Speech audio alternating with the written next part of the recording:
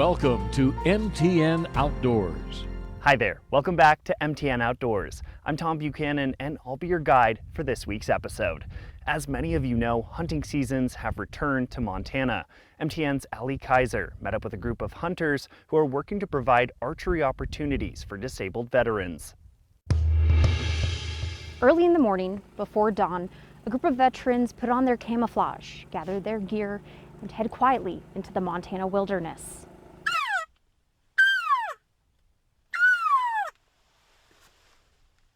Over 30 veterans are experiencing the Center for Warriors Foundation Archery Elk Camp, which runs for almost the entire month of September. The program started last year with only 5 participants. We are not guides. We are a couple of old guys that are helping Montana veterans. And it just started to mushroom out from where we started from. Dennis Burns is the camp manager for Center for Warriors Foundation. He says all attendees bring their gear, but the food, shelter, and hunting land are all donated through sponsors of the program. According to Burns, many of the veterans prefer archery hunting. Several of them have told us that they would never shoot a gun again, but the bow, that's a whole nother thing. It doesn't have the noise factor involved. The program keeps mental wellness and physical abilities in mind, as it also provides disabled hunters with an all-terrain wheelchair, which Pete Siegel of Billings was able to use. After being diagnosed with muscular dystrophy, he was disqualified from joining the Marine Corps, but he is a member of an organization that supports the Marines. It's soul-filling, in my opinion. You know, for me, I'm home when I'm out here. Siegel started hunting when he was 14 years old. Now, at 56, he says he would not be able to do what he loves without a track chair like the one owned by the Center for Warriors Foundation. I was kind of unsure if it would work, and by golly, we went out and we found a way to get it done. While no one caught an elk during our hunt, the time spent with others sharing stories around the campfire made it all worth it. The camp wraps up next week and they will start taking a head count for next year in April. In the wilderness, I'm Ali Kaiser, MTN News. Rifle season is just around the corner here in the Big Sky country, and many gunsmiths and hunters are busy getting prepared for the season. The general antelope season is going to be the first big game season, and that's going to start on October 7th. So that's the first general rifle season that comes. And then when you get further into the month, we start with the general elk and deer, and that is October 26th. Ed Beal, a partner at Capital Sports, says getting your rifles ready should be done in the preseason, through inspection and getting some practice in. Going to the range and practicing is an important thing. Make sure you fire some rounds and you're on target. If you want to hit the ranges nearby, Prickly Pear and Helena is a membership only, or you can visit ranges near Basin and Townsend. With many preparing to get some big game, gun safety comes first. Safety is something we always promote, and I think if you look at hunter education, that's where it all starts, and then going forward as you get older, it's always remembering that you treat every firearm as if it's loaded. Other safety measures include wearing blaze orange for visibility and inspecting the area around the target.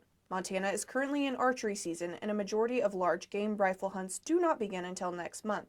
But on October 17th is a youth hunt, so if you're taking first-time hunters or youth hunters, they get a sneak peek on October 17th. For more information on rifle season start dates for specific game, you can check the Montana Fish, Wildlife, and Parks website. In Helena, Madeline Heath, MTN News.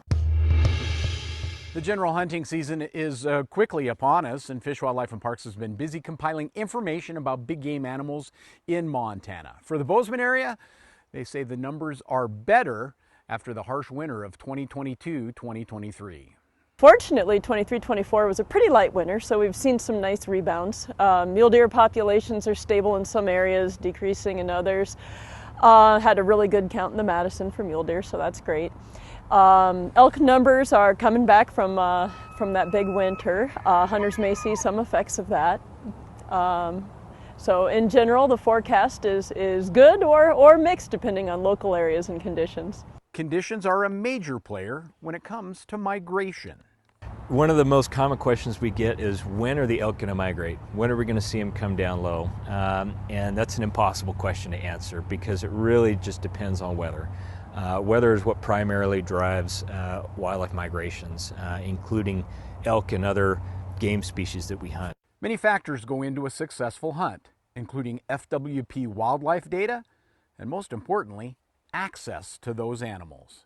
Access to private land is a very generous privilege that we're blessed to have in many places, including here in southwestern Montana. Our block management program helps facilitate free public access to private lands. All we ask of hunters is to respect that access. Hunters should remember that check stations, it's mandatory to stop at them even if you haven't harvested something.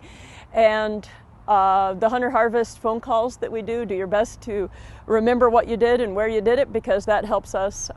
We put it all together with the population counts we do over winter. And just as a reminder, the general big game hunting season opens Saturday, October 26th and runs through Sunday, December 1st. Near Bozeman, Chet Lehman, MTN News. Getting a glimpse of the elusive wolverine is a rare thing here in southwest Montana. But an amateur biologist from Butte has been capturing great video of the camera-shy critter for years and helping professional wildlife biologists track their populations. I've invested a lot of time in the wolverines, and so every time I see a new one, I'm really happy. For the past 9 years, Don Heffington has been using trail cameras to get video of wolverines in the Pintler Mountains just west of Wisdom. Because of their unique markings, he's able to keep a list of the individual animals.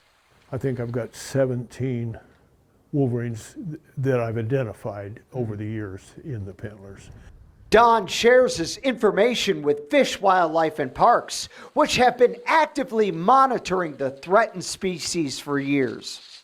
I'm really glad that we're able to work with Don, and he's able to provide us with his very, very detailed insight, because he's boots on the ground. He's able to spend more time in the field than focusing on wolverines than anybody else in Montana, I'm sure. Last May, Don was able to get video of a mother wolverine with her 3 kits.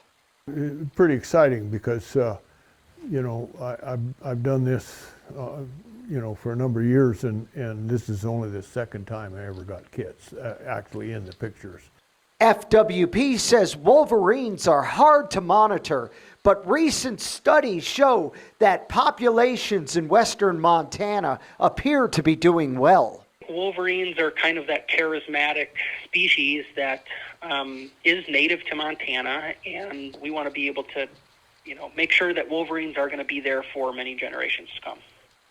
And Don is happy to keep monitoring them, but he admits at age 83 years old, it's not getting any easier. You know, when you get my age, you got to keep moving.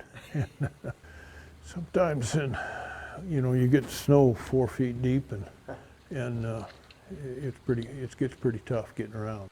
Near Wisdom, John Amy, MTN News. I'm here at Flathead Lake, where I'm going to take you on an adventure beneath the water to see what lives below. Flathead Lake, known for its crystal clear water and surrounding cherry orchards, has become a hidden gem for scuba diving enthusiasts. And while it may not be as famous as tropical dive sites, it offers an experience unlike any other.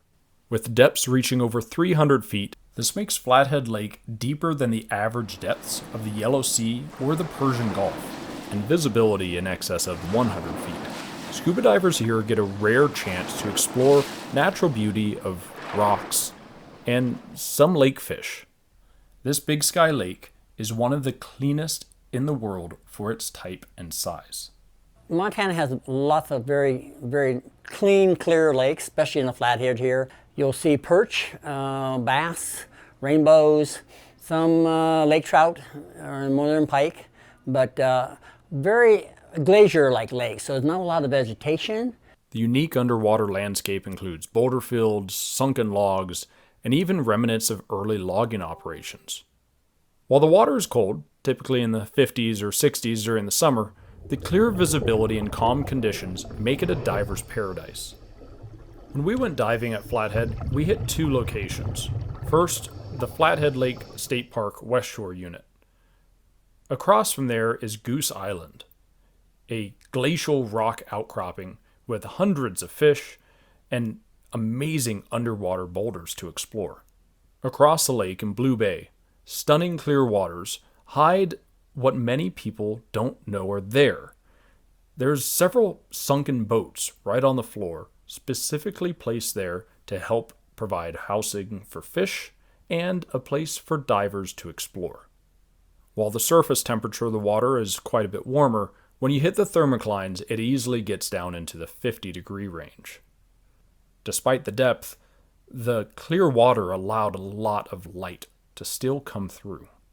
There's many places that we didn't explore though, including Somers Bay, which is known for a sunken ship and the old Somers Mill fire, much of which ended up underwater. Oddly enough, as the seasons progress, diving doesn't stop. While you obviously need a pretty thick wetsuit to make this work, it is an amazing experience and one that can only be found in Montana. In Kalispell, I'm James Rowan, MTN News. Coming up after the break, we see how an artist is keeping the memory of a 100-year-old tree alive. But first, it's time for some trivia. Now here under the big sky, we've got plenty of critters who are somewhat elusive, but... We now return to MTN Outdoors. Do you know what elusive Montana creature has the body of a rabbit with a pair of horns?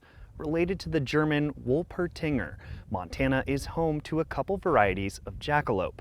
The traditional jackalope is the body of a jackrabbit and the horns of an antelope, but you can also find snowshoe hair jackalopes with deer antlers. There are rumors of some even having antlers the size of elk and moose, but I'm not sure I believe those tall tales. And speaking of jackalopes, a Montana artist was recently recognized for their massive jackalope sculpture, as Cassidy Powers reports. I know what you're thinking, and yes, I am riding a 12-foot, 1-ton jackalope, and what's even cooler is it just came home from Burning Man. So it's all stainless steel, except for the saddle, and then the eyeballs are hand-blown glass from a guy in Townsend. This is Clinton Lesh, a full-time sculptor. He made the massive jackalope you see here. Born and raised on a ranch in southeast Montana, he's had his hands on welding materials since he was young.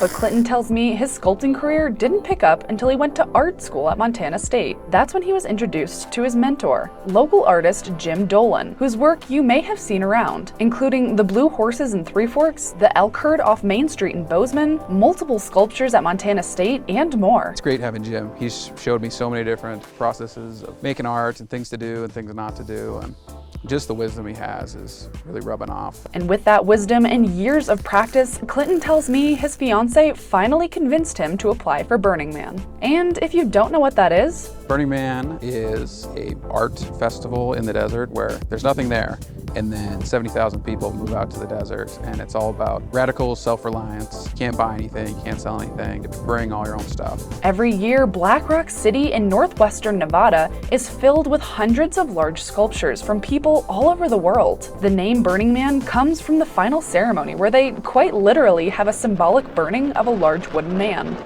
Clinton tells me artists are able to apply for the Burning Man art grant to help build their sculptures. There's about 700 people who apply, and then I think 160 get grants, and they give out about $3.5 million.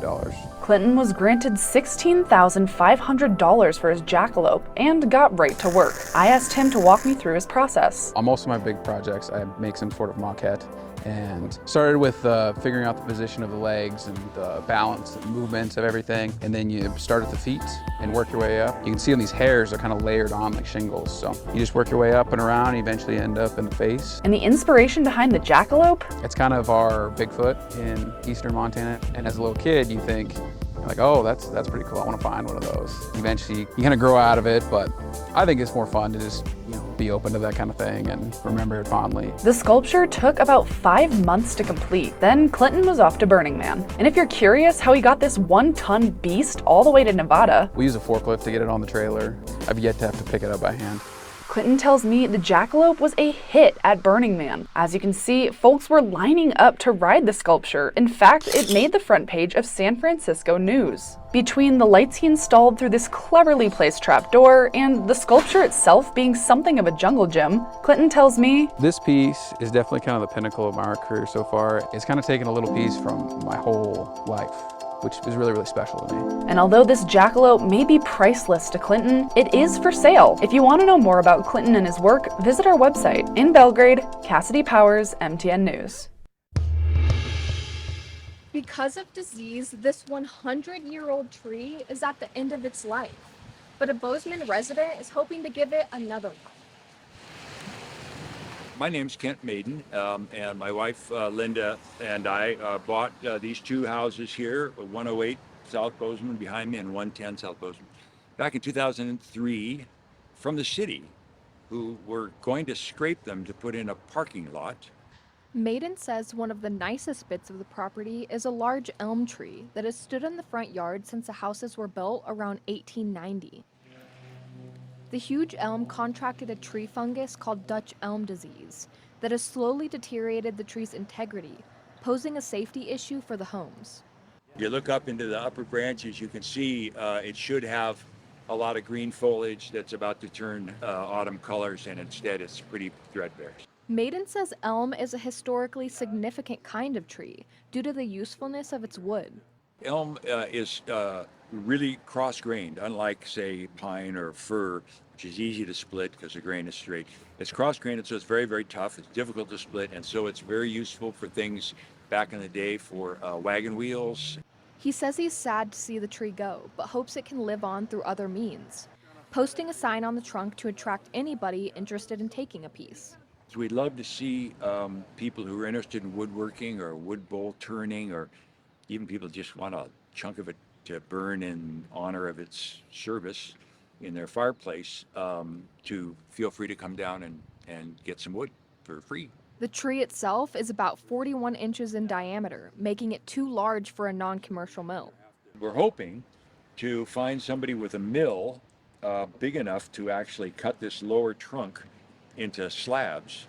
Maiden says the planned tree removal is September 24th and invites woodworkers, millers, or others to come take a look. In Bozeman, Heaven Van, MTN News. Coming up after the break, we learn about dinosaurs, and America welcomes its newest citizens in Glacier National Park. We now return to MTN Outdoors. Dinosaurs are pretty cool. A rare dinosaur fossil discovery here in Montana has created the opportunity for Treasure State students to work with renowned paleontologists. A museum in North Carolina has been teaching students about microfossils for several years now, and now taking that on the road. And students here in Jordan at the middle school, 8th graders, are the first to have that nationwide, studying and learning about that in the science room at the high school. Ooh. Wait, did you put these shiny things in? Yeah, they have to be shells. This is a science class kid's dream. Garfield County science students looking for microfossils from the Hell Creek Formation in their own backyard. The vertebrae were very hard to tell, but then like if you found a tooth fossil, it was pretty easy. The older the dinosaur is, the more interesting, I guess, the fossil kind of is. The program is part of the North Carolina Museum of Natural Sciences Cretaceous Creatures Project.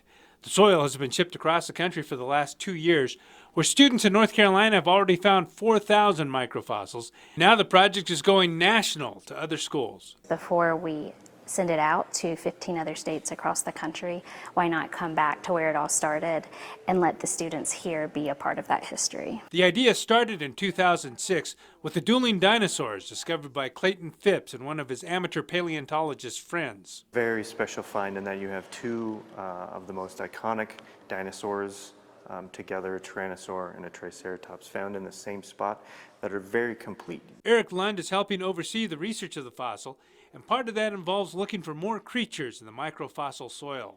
The dirt that the kids have is usually dirt that I've already went through with a knife to get the bigger fossils out of. Okay. You know, like the leg bones and the vertebrae and the tooth and the claws.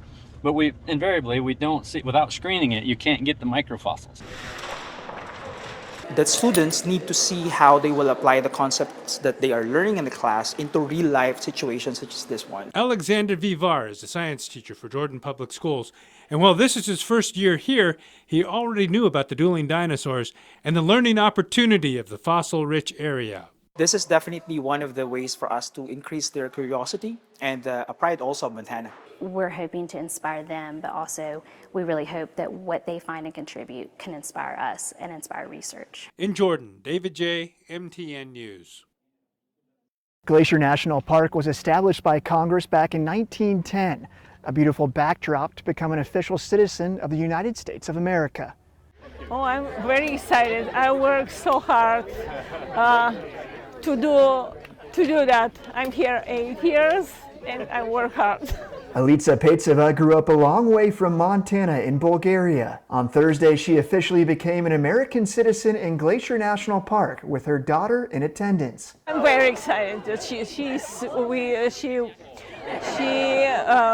all the time close to me. She was my helper all the time. It took James Sanford from the United Kingdom 5.5 years to officially become a U.S. citizen. His family was by his side during Thursday's ceremony. Oh, it's amazing, especially with my little 3-month-old girl, Millie, and in such an amazing place. I really can't wait for her to see the footage from this when she can understand what's going on. James and Elitsa were 2 of 15 individuals granted citizenship during Thursday's ceremony. 8 home countries from across the world were represented, including Germany, Thailand, and Fiji. The sense of opportunity, the sense of if you work hard enough and do things, you can really make dreams come true, and I think it's as true today as ever.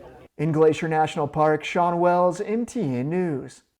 Well, that's going to about wrap things up for us for this week's episode of MTN Outdoors. We hope you enjoyed yourself on this trek across the state. Don't forget to get out there, have fun, and stay safe.